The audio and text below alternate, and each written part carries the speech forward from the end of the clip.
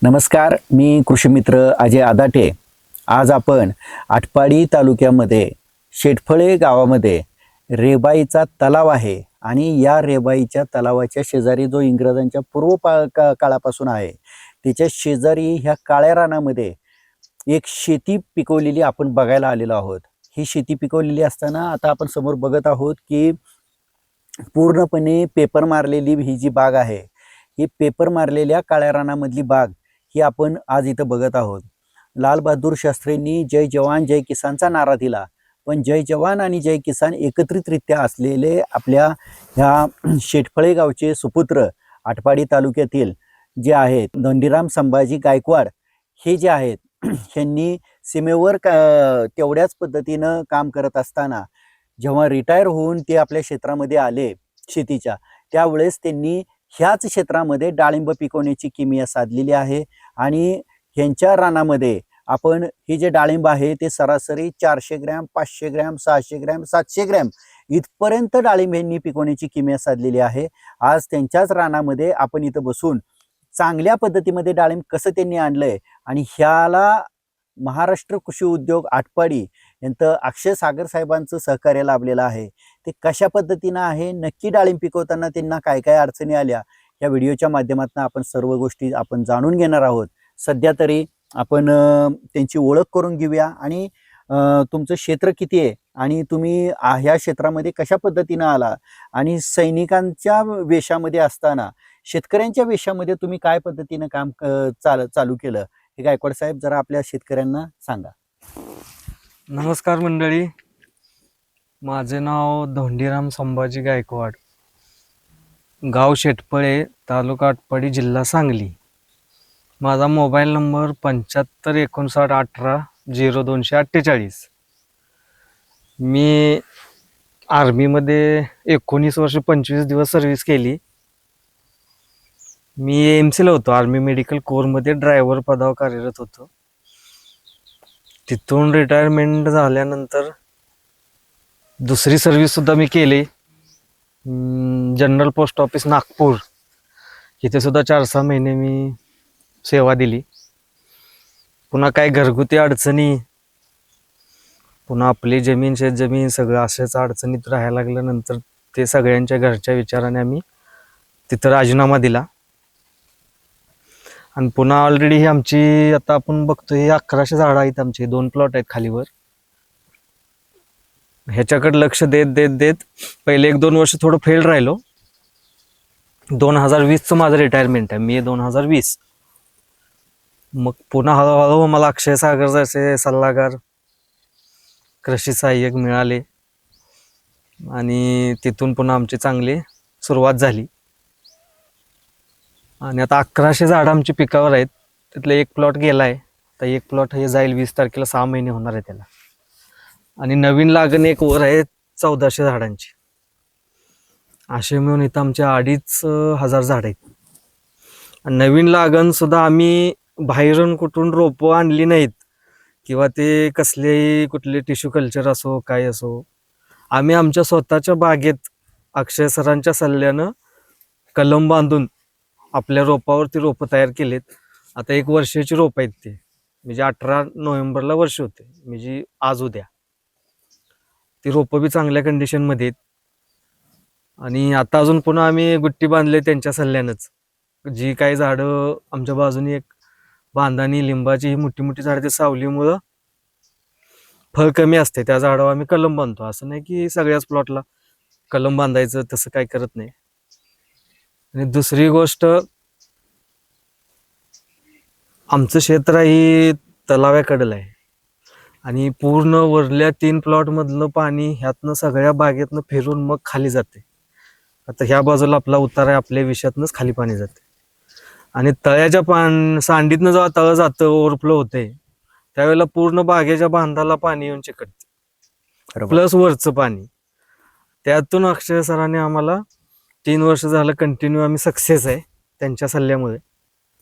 आणि दुसरी गोष्ट सांगायची म्हटलं तर सरळ साध्या पद्धतीत आहे, काय आमचा दिखावाही नाही किंवा बघताय तुम्ही की इकडं तिकडं सगळं अस्तव्यस्त पडलेलं असते. लोक दिखाव्यासाठी स्वच्छता करणार, टापटीप धावणार, आणि तेवढा 1-2 व्हिडिओ शूट करणार असं काही नसते आमचं. सगळं देशी पद्धतीत आहे आणि कमी खर्चात. अजून आमचा काय STB फवार आहे, आम्ही ट्रॅक्टरचा वापर काय केलेला नाही. किंवा काही ठिकाणी थोडी जुनी हुदडी लागण आहे, त्यामुळं व्यवस्थित नाही, वाकडी तिकडी आहे, कुठं ट्रॅक्टर बसत नाही, कुठं बसतोय. त्यामुळं आम्ही हाय त्या जुन्या पद्धतीचा वापर करत सक्सेस आहे. एवढ्या मोठ्या पावसाळी वातावरणात सुद्धा कुजवा डांबऱ्या एक नाममात्र 1-2% सापडला. ह्याच्या व्यतिरिक्त काही नाही. देशी पद्धत म्हणजे काय, तणनाशक आम्ही अजिबात अजूनपर्यंत वापरत नाही. गवत कट करणे मशनीने किंवा जास्त चांगलं लहान असेल, वापसा कंडिशन चांगलं असलं तर ते आता एक आमच्याकडे कोळपे आलेत, त्या कोळप्यानं हातकोळप्यानं कोळपून घेणे आणि मधलं ग्रास कटरने कट करणे. ह्याच्यापेक्षा दुसरं काय वापरत नाही. नाहीतर अक्षय सागर म्हणले कट बी करू नका, थांबा जरा वेळ, आपल्याला त्याचा काहीतरी फायदा होईल, मग ते कट बी करत नाही, तसंच ठेवतो. आणि वेळच्या वेळेला त्यांचं मार्गदर्शन, जैविक असो, ऑर्गॅनिक असो, काय असो, सेंद्रिय असो, जे काही ते प्रोडक्ट देतील, निमॅटेडला असो किंवा मुळीसाठी असो, थोडा स्लरीचा वापर असतोय. त्यातनं आम्ही व्यवस्थितरित्या आता सक्सेस आहे. आणि कंप्लीट तळ्याच्या पाण्यावर आहे, दुसरं कुठलं पाण्याचा सोर्स नाही आम्हाला. ते उन्हाळ्यात असो, रेस्ट पिरियडला असो, फ्लावरिंगमध्ये असो किंवा कुठेही असो. एकूण आपली किती झाड आहेत आता?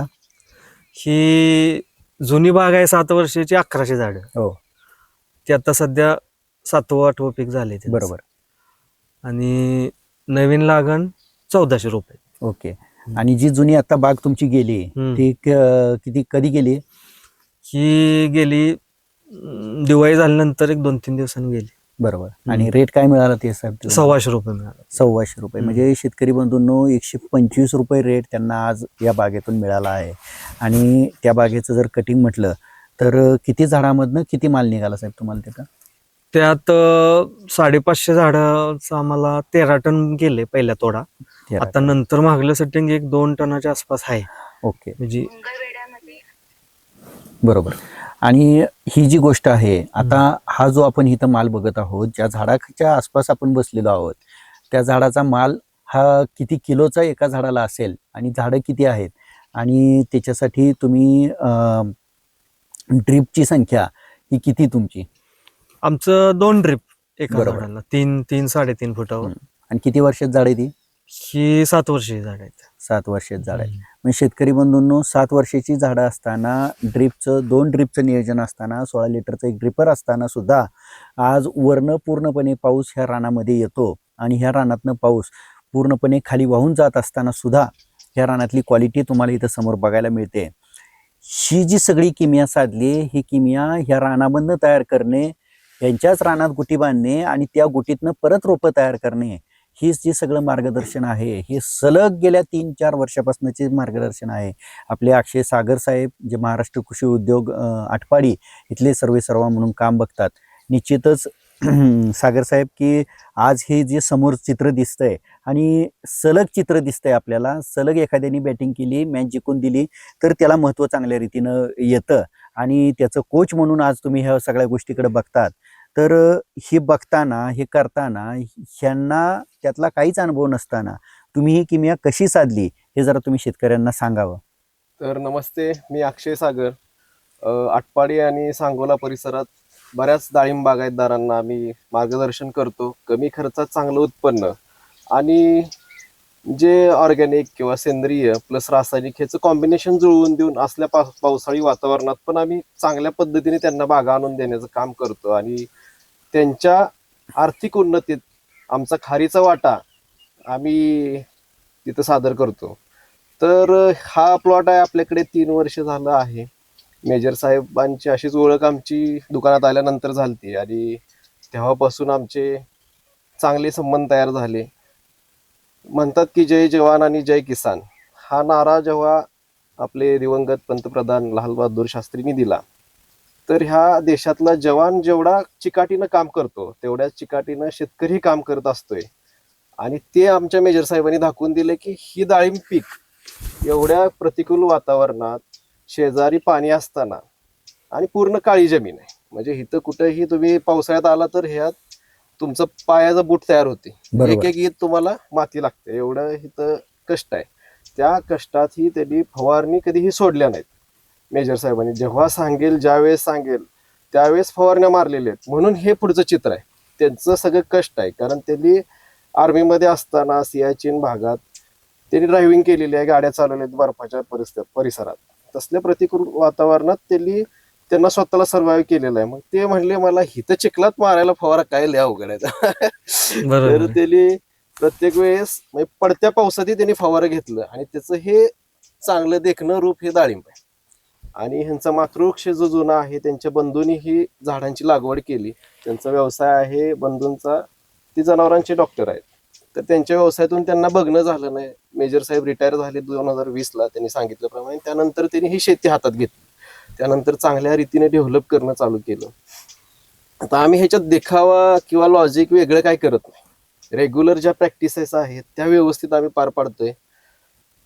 सांगेल त्यावेळेस मेजर साहेब स्लरी टाकतात, जैविक उत्पादनं चांगल्या पद्धतीने खाली वापरतात. त्याचा फायदा हा झालाय की जास्त पाऊस जरी पडला तरी कुठेही कुजवा, डांबऱ्या ह्याचा प्रादुर्भाव आम्हाला जास्त दिसत नाही. आणि फवारणीचं शेड्यूल व्यवस्थित असल्यामुळे जास्त फवारण्या जात नाहीत. 35 ते 38 फवारण्यामध्ये हा पूर्णपणे प्लॉट तयार झालेला आहे. त्यात 4-5 फवारण्या न्यूट्रिशनच्या गेल्या असतील एक्स्ट्रा. बाकी ह्यात एक्स्ट्रा काही केलेलं नाही की एक दिवसाड फवारणी घ्यायला लागते किंवा रोजच फवारणी घ्यायला लागते, असं काय. हा प्लॉट गेली 2 वर्ष अर्धा पट्टा हा तेलकटचा होता पूर्णपणे. बरोबर आहे. तर ह्या वर्षी आम्हाला म्हणजे मागच्या वर्षी 70% आम्ही ह्यात सक्सेस झालो. Control ह्या वर्षी 90% आम्ही सक्सेस झालेलो आहे. 10%च फक्त तेलकट आहे. आणि तेलाचे जेव्हा तुम्ही फवारणी घेता हम्म. तर त्यावेळेस एकच फवारणी सारखी सारखी मारून जे तेलाला रिझल्ट येत नाहीत असं सांगितलं जातं. त्याच्यामधनं शेतकऱ्यांच्या बाबतीमध्ये तुम्ही जैविक, रासायनिक आणि ऑर्गॅनिक अशा पद्धतीच्या फवारण्या कशा पद्धतीने केल्यात हे शेतकऱ्यांना एकदा तुम्ही सांगून द्या. म्हणजे की तेल्या कंट्रोल करणं हे तेवढंच महत्वाचं आहे या वातावरणात सुद्धा. बरोबर आहे. त्यासाठी आपण काय केलं? कारण काय झालं, आता शेतकरी काय करतात, बेसिकली ह्याला विचार तेलकट आलं का, कारण तो व्हायबल होतो. कारण त्यांना एवढा खर्च केलेला असतोय, पूर्णपणे बागेत सेटिंग दिसत असते, पण तेलकट कंट्रोल होत नाही. ह्याची तो मूळ कारण शोधत नाही.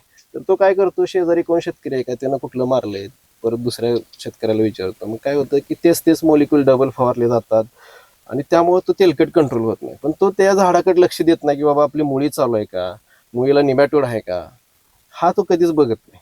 किंवा आपलं पाणी व्यवस्थापन कसं आहे, आधीचे न्यूट्रिशन मॅनेजमेंट काय झालेत, किंवा आपण एखादा असं टॉनिक दिलेलं आहे त्यातनं GA बेस गेलाय का, तर तो जर नाही बघितला किंवा फवारण्या उलट सुलट मारल्या तर त्याला तो तेलकट कंट्रोल होत नाही. तर आपण एका शेड्यूलनं व्यवस्थित गेलो तर फवारण्या कमी लागते, तेलकटला कंट्रोल करता येते. आणि ह्यामध्ये आपण ॲग्रिकॉस्टचे बरेच प्रोडक्ट आपण वापरलेले आहे. शॅडो फाईट कंपोज असेल, त्याच्यानंतर जैविकमध्ये आपण सिक्युअर पी त्यांना दिलेला आहे. त्यांनी काय होतं की पहिल्यांदा आपण पूर्ण बाग स्टरिलाइज करून घेतोय. डाळिंब पूर्ण स्टरिलाइज केलं, त्यावेळेचे केमिकल अंश जर पूर्ण निघून गेले, झॅन्थोमोनास आहे तो पूर्ण गळून गेला, त्यानंतर आपण ताकात भिजवून चांगल्या प्रकारच्या बॅक्टेरिया आपण वरनं स्प्रे केल्या, तर त्या पावसाळी वातावरणात त्या बॅक्टेरिया पूर्णपणे वर कोटिंग करतात डाळिंबाला आणि ते खाऊन टाकतात. तसंच ॲग्रिकॉस्टचे परत पुढचे शेड्यूल जे आहेत ते आम्ही पुढं वापरत गेलो. ड्रीपनं आम्ही मायकॉस असेल, सिलिबेस असेल हे देत गेलो. त्यामुळे चांगली वरचे जी काळोखी आहे ती मेंटेन राहिली आणि निमॅटोडलाही चांगला फायदा झाला. त्यामुळे निमॅटोड कंट्रोल झाल्यामुळे वर तेलकट कंट्रोल झाला आणि हे एकामेकावर बेस आहेत. बरोबर आहे.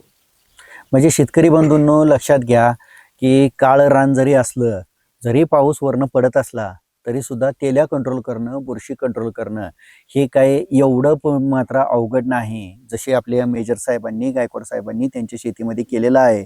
निमॅटोड कंट्रोल करणं, वरनं वेळच्या वेळेला फवारण्या घेणं, काय चालताना बूट होत असताना सुद्धा जमिनीतला पायाच्या चपलातला बूट होत असताना सुद्धा त्या फवारण्या घेऊन वेळच्या वेळेला काम करणं.